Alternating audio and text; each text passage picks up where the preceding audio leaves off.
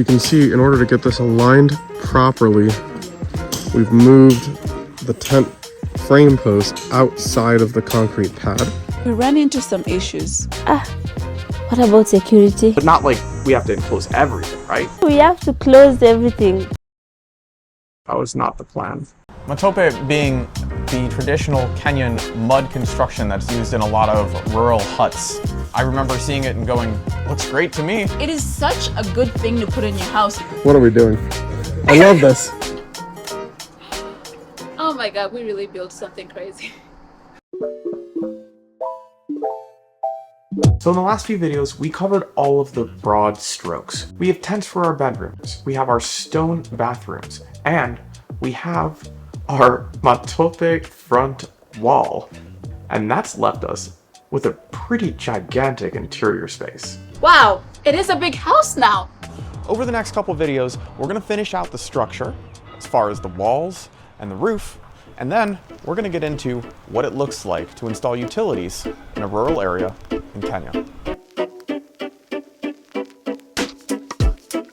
We can't go any farther without talking about the process of designing and implementing our roof. First, let's back up for a moment and go back to where we needed to place posts in our original foundation.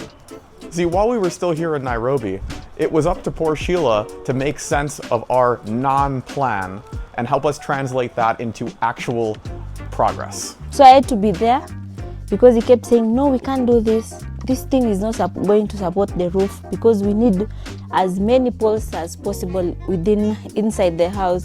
Remember our argument about the tents having a cover or not having a cover? But the problem we did have, the frames were just bare. Aesthetically, that was not giving.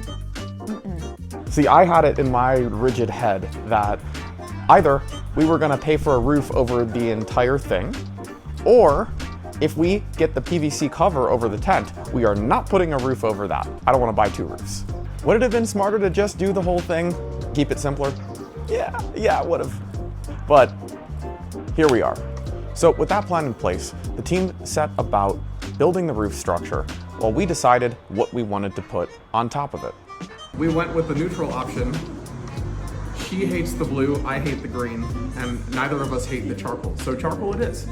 Also, to bring in some natural light, we decided on using transparent sections of roofing material to have some skylights.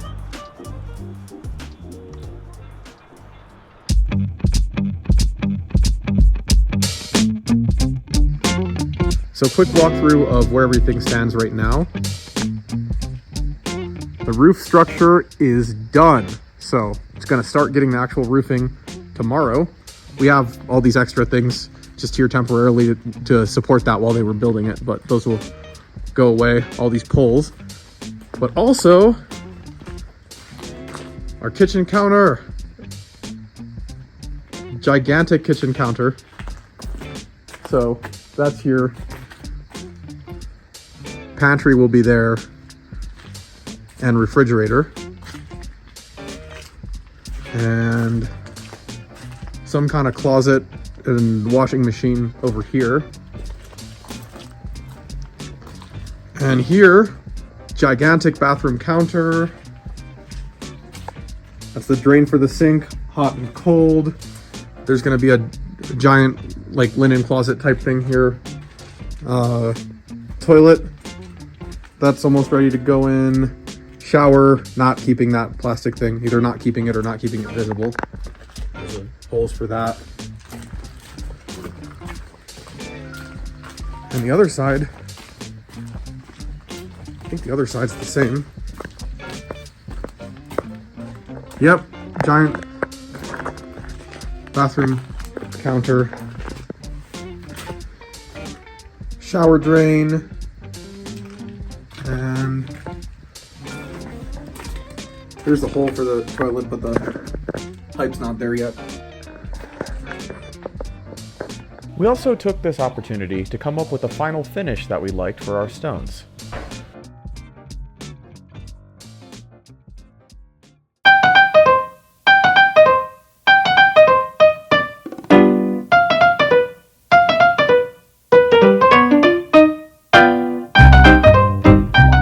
We needed sewer, 2 toilets plumbed, we needed 2 showers, 2 sinks in one bathroom, 1 sink in one bathroom, a kitchen sink, 1 extra sink, and several outdoor spigots.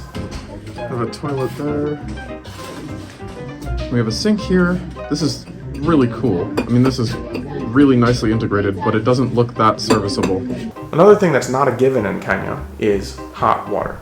And for that, we decided to go with a 200-liter solar heater that we found at Heat Suppliers. As soon as this roof is done and we're fully enclosed, it is electrical time. And I've been excited about this since the beginning. So right now I'm kind of walking around and trying to make a plan for how to run electrical. We got, just for fun, a quote for what it would cost to have Kenya Power run a line here so that we could be on the mains. And both of us just started laughing the second we heard the number, because we will take that amount and we will put it into more batteries and more panels, and we will just do this solar system that much harder now. Because why should we pay hundreds of thousands of shillings to get a service installed that we then need to pay for that is also completely unreliable? No Kenya Power for us. So for the Americans who aren't familiar with how the structure of these things takes place in Kenya, I'll break it down for you. General labor is done on a per day basis. All the workers have their daily rate, they do what they're going to do for the day, and they get paid on their way out. For more specialized things like electrical, plumbing, carpentry, things like that, you get together with the tradespeople and you negotiate a price for the entire job. So now we've gotten started on a lot of very crucial elements. The roof is well underway. The rough plumbing is done. This is the first time we're running water from our tank. Yay! And we have a plan for the electrical. We're going to be off-grid, fully solar. We still need to do finishes and fixtures on the inside, and we still need to tie everything together and close everything up. That is all to come. So stay tuned, make sure you're subscribed, and thank you so much for watching.